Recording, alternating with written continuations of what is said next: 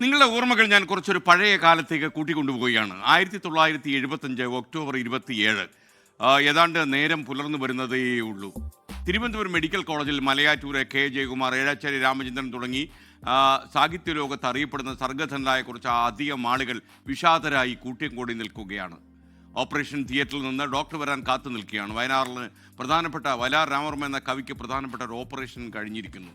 വയലാർ ജീവിതത്തിലേക്ക് മടങ്ങി വരുമെന്ന് ആത്മാർത്ഥമായി വിശ്വസിക്കുന്ന അദ്ദേഹത്തിൻ്റെ ഏറ്റവും അടുത്ത സുഹൃത്തുക്കളിൽ ഒരാളായ മലയാറ്റൂർ രാമകൃഷ്ണനെ പോലെ പല ആളുകളും ഉത്കണ്ഠയോട് അവിടെ നിൽക്കുമ്പോൾ ഡോക്ടർ വാര്യർ പുറത്തേക്ക് ഇറങ്ങി വന്ന് അദ്ദേഹം പറഞ്ഞു. അദ്ദേഹത്തിൻ്റെ കണ്ണുകൾ നിറയുന്നുണ്ടായിരുന്നു എന്നാണ് അന്ന് അതിന് സാക്ഷ്യം വഹിച്ച ചില ആളുകൾ രേഖപ്പെടുത്തിയിരിക്കുന്നത്. അദ്ദേഹം പറഞ്ഞു, എനിക്ക് അദ്ദേഹത്തെ രക്ഷപ്പെടുത്താൻ കഴിഞ്ഞില്ല.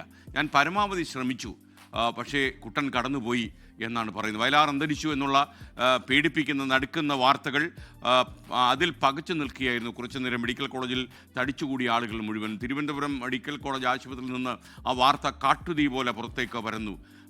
മലയാള ചലച്ചിത്ര ഗാനങ്ങളെ കവിതയോട് അടുപ്പിക്കുകയും ഏറ്റവും വലിയ നിസ്വൻ്റെ പാട്ടുകൾ പാടാൻ താല്പര്യം കാണിക്കുകയും ചെയ്ത കവി കാലയവനികയ്ക്കുള്ളിലേക്ക് കടന്നുപോയി എന്നുള്ള വാർത്ത അക്ഷരാർത്ഥത്തിൽ നമ്മുടെ ആളുകളെ ഞെട്ടിച്ചു. സിനിമാ ലോകം മാത്രമല്ല, അദ്ദേഹത്തിനെ ആരാധനയോടെ കണ്ട അസംഖ്യം സിനിമാ പ്രേമികൾ, സാഹിത്യ ലോകത്തെ ആളുകൾ, എഴുത്തുകാർ, സർഗധനരായ കവികൾ എന്ന് വേണ്ട വയലാറിൽ കവിത്വം കണ്ട പല ആളുകളെയും നടുങ്ങിപ്പോയ നിമിഷമായിരുന്നു അത്.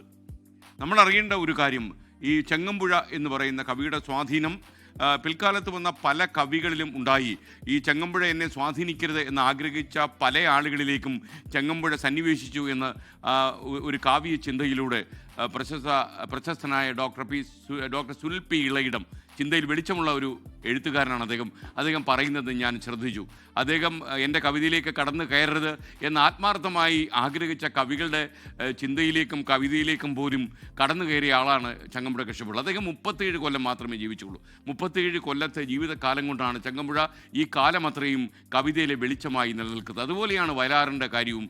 47 കൊല്ലം മാത്രം ജീവിച്ചിരുന്ന ഒരാൾ 50 കൊല്ലമായി അദ്ദേഹത്തിൻ്റെ മരണം നടന്നിട്ട് ഇപ്പോഴും അദ്ദേഹം കൂടുതൽ വായിക്കപ്പെടുന്നു.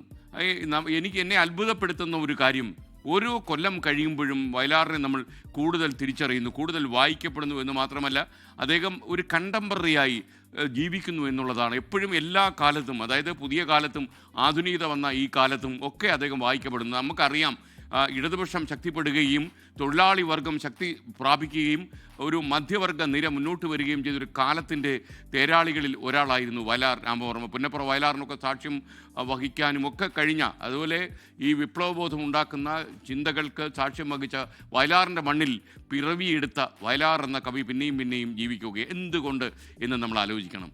അതായത് അദ്ദേഹം കവിതയോടും കാവ്യരചനയോടും കാണിച്ച, ഞാൻ എപ്പോഴും പറയുന്ന ചോര കിനിയുന്ന ആ ആത്മാർത്ഥതയുണ്ടല്ലോ, കവിത എഴുതുമ്പോൾ കാട്ടിയ നിസ്സംഗതയുണ്ടല്ലോ, അതായത് ആ നിസ്വനോട് കാണിക്കുന്ന അതിൻ്റെ താല്പര്യമുണ്ട്. ഇതൊക്കെ തന്നെയായിരിക്കാം അദ്ദേഹത്തിൻ്റെ കവിതകളെ കൂടുതൽ ജനകീയമാക്കിയത്. അദ്ദേഹത്തിൻ്റെ കാവ്യലോകത്ത് ആദ്യത്തെ 15 കൊല്ലക്കാലം അദ്ദേഹം കവിതയിൽ മാത്രം കേന്ദ്രീകരിച്ചെങ്കിൽ പിന്നീട് അദ്ദേഹത്തിൻ്റെ സിനിമാ ഗാനങ്ങളിലൂടെയാണ് അദ്ദേഹം കടന്നു വന്നത്. സിനിമാ സന്ദർഭങ്ങൾക്കനുസൃതമായി ഓരോ പാട്ട് എഴുതുമ്പോൾ ചിലപ്പോഴും അദ്ദേഹത്തിന് പലപ്പോഴും പല പാട്ടുകളും എഴുതേണ്ടി വന്നിട്ടുണ്ടാകും. കാലമാണ് അവിശ്രമം പായുമെൻ അശ്വം, സ്നേഹജ്വാലയാണ് എന്നിൽ കാണും ചൈതന്യം സനാതനം എന്ന് അദ്ദേഹം പറഞ്ഞു വെച്ചിട്ടുണ്ട്. മാത്രമല്ല, വാളല്ലൻ സമരായുധം, ചണചണ ധ്വാനം മുഴക്കുവാൻ ആളല്ല ഞാനൻ കരവാള് വിറ്റൊരു മണിപ്പൻ വീണ വാങ്ങിച്ചു എന്ന് വയലാർ പറയുമ്പോൾ അദ്ദേഹം പറയുന്നത് അദ്ദേഹത്തിലെ വിപ്ലവ കവി അന്തരിച്ചു എന്ന് പറയുന്നവർക്കുള്ള അദ്ദേഹത്തിൻ്റെ ഏറ്റവും വലിയ വിമർശനമായിരുന്നു.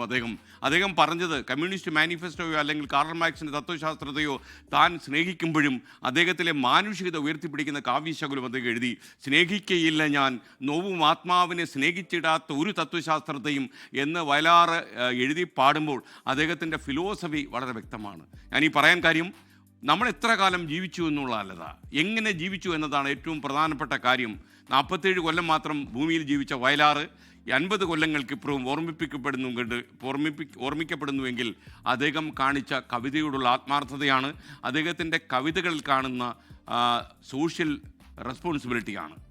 സമൂഹത്തെ ഒരു ചാലകശക്തിയായി തൻ്റെ പേന കൊണ്ട് ചലിപ്പിക്കണം എന്നാഗ്രഹിച്ച ഒരു എഴുത്തുകാരൻ്റെ അശ്വമേധമാണ് നമ്മൾ വയലാറിൽ കാണുന്നത്. ഈ 50 കൊല്ലക്കാലത്തിന് ശേഷവും വയലാർ ഓർമ്മിപ്പിക്കപ്പെടുന്നു. വേറെ രീതിയിൽ പറഞ്ഞാൽ കവിതയിലും പാട്ടെഴുത്തിലും വയലാർ ഗർജിക്കുന്നു.